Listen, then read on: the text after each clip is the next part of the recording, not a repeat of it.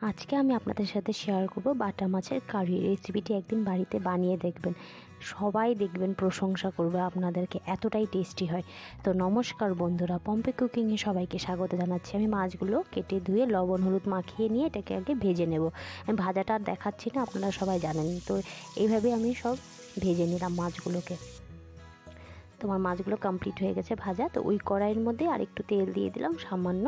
এখন আমি দিয়ে দিব অল্প গোটা জিরে। তো সামান্য একটু গোটা জিরে দিয়ে দিলেই হলো। তারপরে এখন আমি যেটা দেব, পেঁয়াজ কুড়ানো।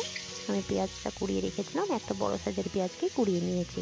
আর নিয়ে নিয়েছি একটা টমেটো, ছোটো সাইজের টমেটো পেস্টটাকেও দিয়ে দিলাম। দিয়ে এটাকে 1 মিনিট মতন ভেজে নেব ভালো মতন করে। এই রেসিপিটি একদিন কিন্তু বাড়িতে অবশ্যই বানাবেন। তারপর আমাকে কমেন্ট বক্সে লিখবেন কেমন হয়েছিল খেতে। এতটাই টেস্টি হয় বন্ধুরা, একদিন নিশ্চয়ই বাড়িতে বানাবেন। আমি বারবার বলছি, না খেলে বুঝবেন না, এতটাই টেস্টি হয়। 1 মিনিট ভাজার পর আমি দিয়ে দিচ্ছি জিরে গুঁড়ো পাউডার 2 চামচ। তারপরে হলুদ গুঁড়ো পাউডার আমি দিয়ে দেবো। তো হলুদ গুঁড়ো পাউডার আমি দিয়ে দিয়েছি। আর এখানে দিয়ে দিয়েছি অল্প ফিশ মশলা, আর দিয়ে দিয়েছি কাশ্মীরি লঙ্কার গুঁড়ো। তো কাশ্মীরি লঙ্কার গুঁড়োটা দিলে একটু কালার আসে, তো তাই জন্য। আর দিয়ে দিয়েছি পরিমাণ মতন লবণ। তো ফিশ মশলা কারো বাড়িতে না থাকলে সেটা নাও দিতে পারেন। তো আমি মাছের ঝোলের একটা মশলা পাওয়া যায় দোকানে কিনতে, সেটাই দিয়েছি। আর একটু জল দিয়ে দিলাম সামান্য। এখন মশলাটাকে ভালো মতন করে কষিয়ে নেব। আর একটু কিন্তু চিনি দিয়েছিলাম, তো চিনিটা সামান্যই দেবেন, বেশি দেওয়ার দরকার নেই।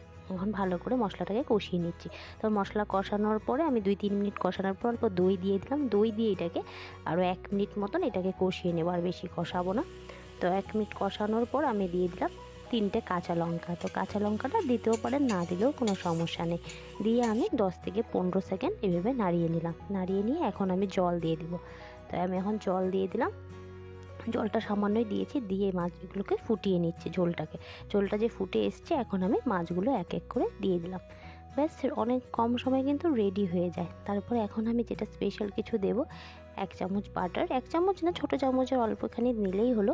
তো বাটার দিয়ে দিলাম। তারপরে গরম মশলা, এলাইচি থেতো করা আর দারচিনি দিয়েছি। আর দিয়ে দিয়েছি ছোটো চামচের 1/2 চামচ মধু। এটা রেস্টুরেন্টেও কিন্তু দেয়, এতটাই টেস্ট বাড়ায় এটা কিন্তু রান্নাটাতে।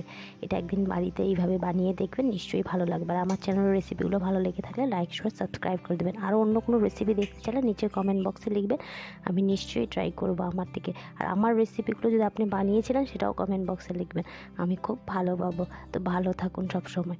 তো please like share and subscribe my channel. ভালো থাকুন, সুস্থ থাকুন, টাটা, লাভ ইউ অল।